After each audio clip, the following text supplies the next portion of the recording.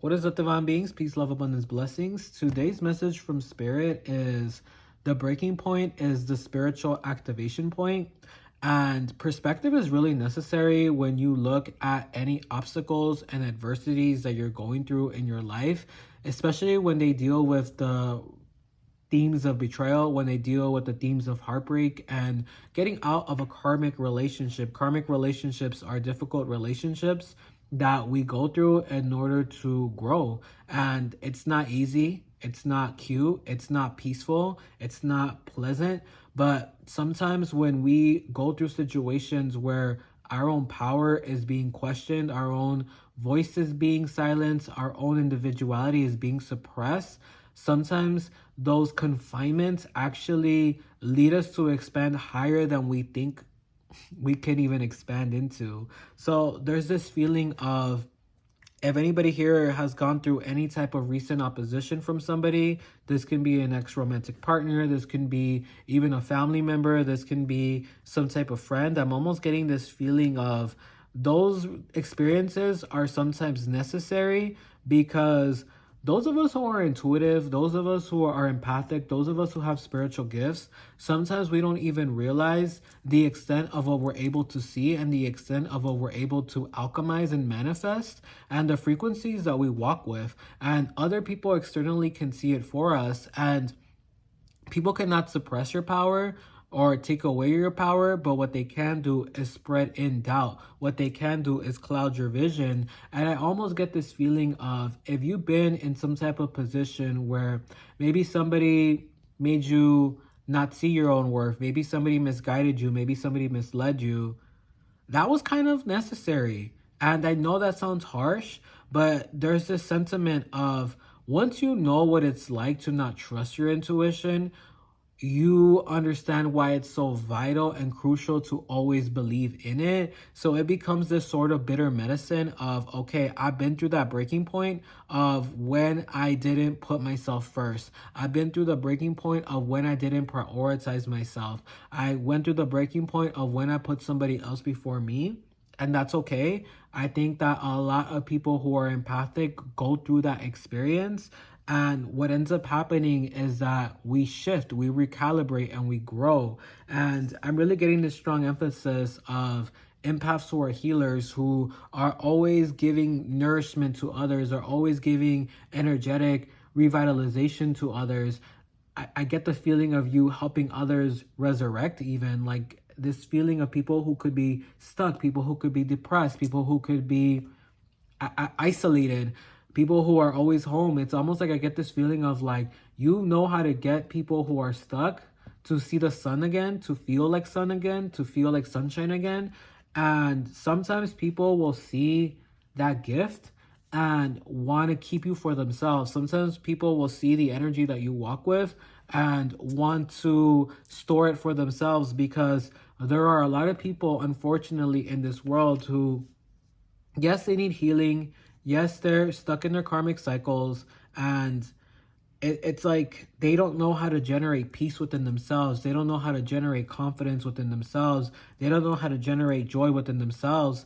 And when you are somebody who is on the spiritual path, when you are somebody who has intuitive gifts, you're not just being able to perceive, but you're also able to alchemize. And you can alchemize energy in the room just by stepping in. You could raise the frequency of a conversation, of a space, of a group of people just by being present. And one of the things that you have to know with that is that there are going to be people who will want your energy for themselves. And sometimes when we go through any sort of archetypal character like that, that's actually a really huge turning point. I'm getting the energy of the phoenix coming forward. The phoenix is representative of alchemy. The phoenix is representative of what cannot be contained. So if you went through some type of, let's say, relationship, again, this could be with a family member, a friend, a romantic partner, or any other situation where somebody tried to contain you, somebody tried to tell you, no, you can't do this, somebody tried to suppress you. It's like, once you realize how false their lies are, once you realize how they try to entrap you, that sort of heightens up your energy, that heightens up your willpower, that heightens up your own solar plexus energy. The solar plexus chakra is representative of the sunlight within you, and that really puts you on a new vibrational octave. So sometimes we soar higher when we are tested, when we are challenged, when we are being constricted by an external force. And I want to remind you, in tarot, if anybody here is into tarot, I'm using the Game of Thrones tarot deck for this. When you look at the order and sequence of the major arcana, the Tower card is representative of loss, of endings, of the breaking point. And what ends up following the Tower card right after is the Star. A new dawn, a new day. And in the Tower card, there's all this destruction and upheaval. And right afterward is the Star. The Star is somebody who is in mindset of self-prioritization. Somebody who is nurturing themselves. Somebody who is tending to themselves. Somebody who is nurturing to themselves. Somebody who is caring for themselves.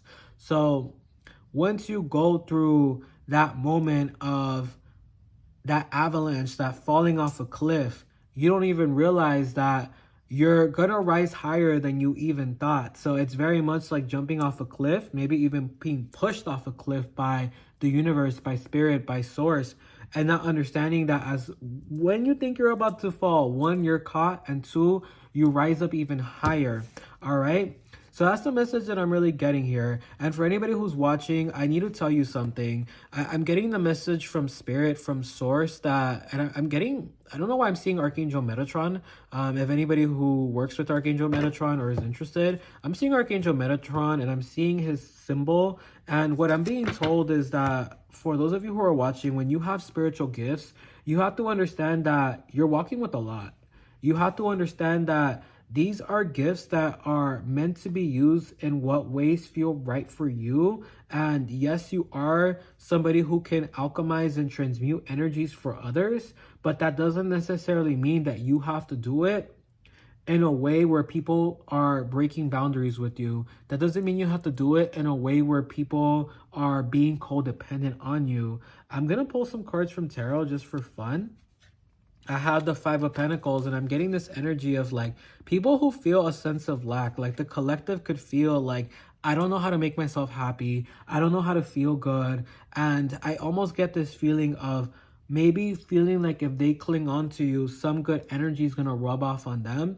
And that is where energetic codependency can be a real thing. And it's difficult to talk about because how are you supposed to tell somebody to their face? I mean, some people can. Like, hey, I understand that you're only around me because you want my energy to fall on you. And energy is so powerful. Energy is such an unspoken language. And everybody feels energy, everybody's moving with energy, and nobody even realizes or actualizes the truth that energy is communicated. Energy is being passed through just conversation. Energy is being passed through you watching me here right now and chilling here on this channel. And the next card that I have is the Ace of Wands. Here it would be the Ace of Spears, and there's this feeling of like, you do have to understand what energetic bouginess is, meaning that you have to know your worth. And I noticed that when it comes to empaths, when it comes to healers, it's normal for healers to attract narcissists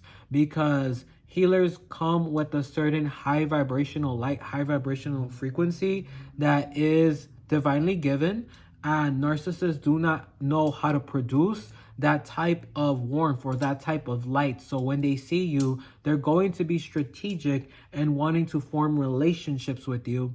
And this is where, with the Ace of Wands, you have to know your worth because narcissists have a way of creating codependent cycles. They're the ones who are codependent, but they're going to flip the narrative. They're going to try to throw doubt into you. They're going to try to make you insecure. And they're going to try to do that from a point of making you feel like you need them, because truth be told, nobody can ever fully take away our own power. And yes, I understand there's destiny swapping and there's people who will try to be vampiric to your energy, but you can always call your energy back. You can always reclaim your own destiny. But what happens is when people know that they can't take away your own magic or your own light, your own glow, your own brilliance, what they're going to try to do is planting seeds of doubt, and the doubt will look like smoke screens that affect your own self-perception, that affect your own vision. So this is where, as a healer, as a spiritualist,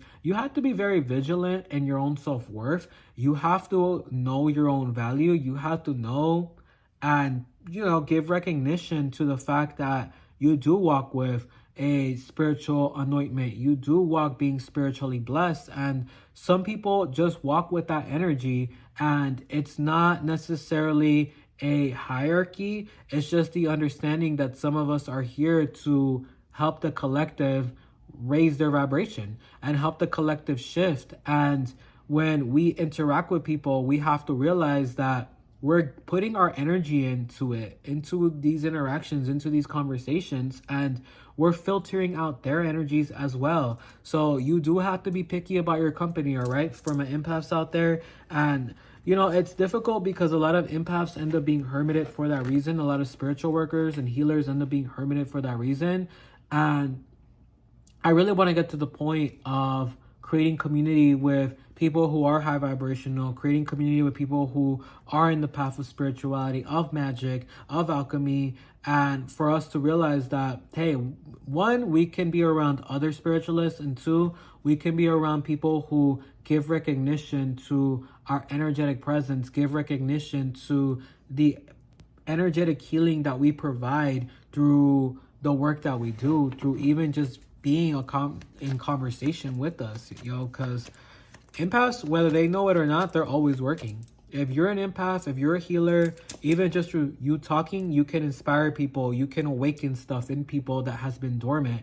You can activate people's own gifts just by talking to them. You can elevate their own frequency and get them on the right timeline and right energy just through that. All right, I got a card that fell down. I'm going to see what card this is. The next card that we have is the Eight of Swords. I really get this feeling of like not feeling stuck in the energy of this person betrayed me. Whoever betrayed you set you free, because that relationship wasn't even sustainable in the first place. I'm going to be 100. Whoever betrayed you set you free. The Chariot moving forward now. All right. Actually, yeah, the Chariot. It's such a, in this card, it's so vicious because you see all these people raising up and ready with this dragon. So there's this feeling of understanding like you have your strength, you have your power, and maybe in that past moment where you were at your breaking point, where you were going through deception or betrayal, maybe you didn't feel connected to your power, but you have it right here, right now, and you busted a whole 180 and you elevated even higher. We have the Six of Wands. There's a feeling of you having to also connect with your divine protectors. There's a feeling of you having to understand that you have a spiritual team, a spiritual army that's out here protecting you, guiding you. And the Empress card comes up next. So there's this feeling of like, stop betraying yourself is what I'm hearing from Spirit. Stop dismissing your own authority. Stop dismissing your own value. Start understanding that your intuition has always came natural because you're naturally psychic, you're naturally intuitive. And the minute you start trusting this, the minute that you start trusting your own inner compass, you're going to be making a lot of good moves. And sometimes our intuition will warn us about somebody, warn us about something. And because we don't have a rational human socialized perception of evidence to back it up outside of intuition, outside of a feeling, outside of an inclination, we deny it. We can't do that no more. We can't always look for verification when our intuition is telling us to not do something, or that something is going wrong, or that somebody's energy could be not the most intentionally good. We have to not stay for that. We have to understand that our intuition will prove itself. And there's this feeling of like, if you denied your intuition before, it's okay. It happens. It's part of the process. And sometimes when we don't listen to our own gut and we go through a betrayal that we kind of already saw coming, or we kind of already felt in some ways, shape, or form, now we integrate that experience, we integrate that pain, and we transmute it into applied wisdom, into applied higher knowledge and higher understanding, all right? So there's this feeling of like, you're meant to be a leader, You're meant to be a healer. You're meant to honor your gifts, and you're meant to create structure with it. You don't have to worry about that right away, but there's a feeling of like, acknowledge who you are, acknowledge your value, acknowledge yourself as an alchemist, as a healer, as somebody who is meant to uplift the energies of spaces, the energies of land, the energies of people, the energies of the collective. All right, I hope that this video was of service to anybody who is watching, and let me know what you did to reclaim your energy, to reclaim your power. Let me know where you are at in your spiritual path. I'm here to build community, and I'm so grateful that YouTube has been amazing with meeting other spiritualists, other shamans, other occultists, other magical beings. So let me know your experiences. Let me know what you do on the spiritual path. Let me know what your gifts are. Let's talk about it in the comments below. And if you want to book a private reading with me, how to do so is on my link in bio, or my link in my about below. All right, stay beautiful, stay abundant, stay great. I'll see y'all next time.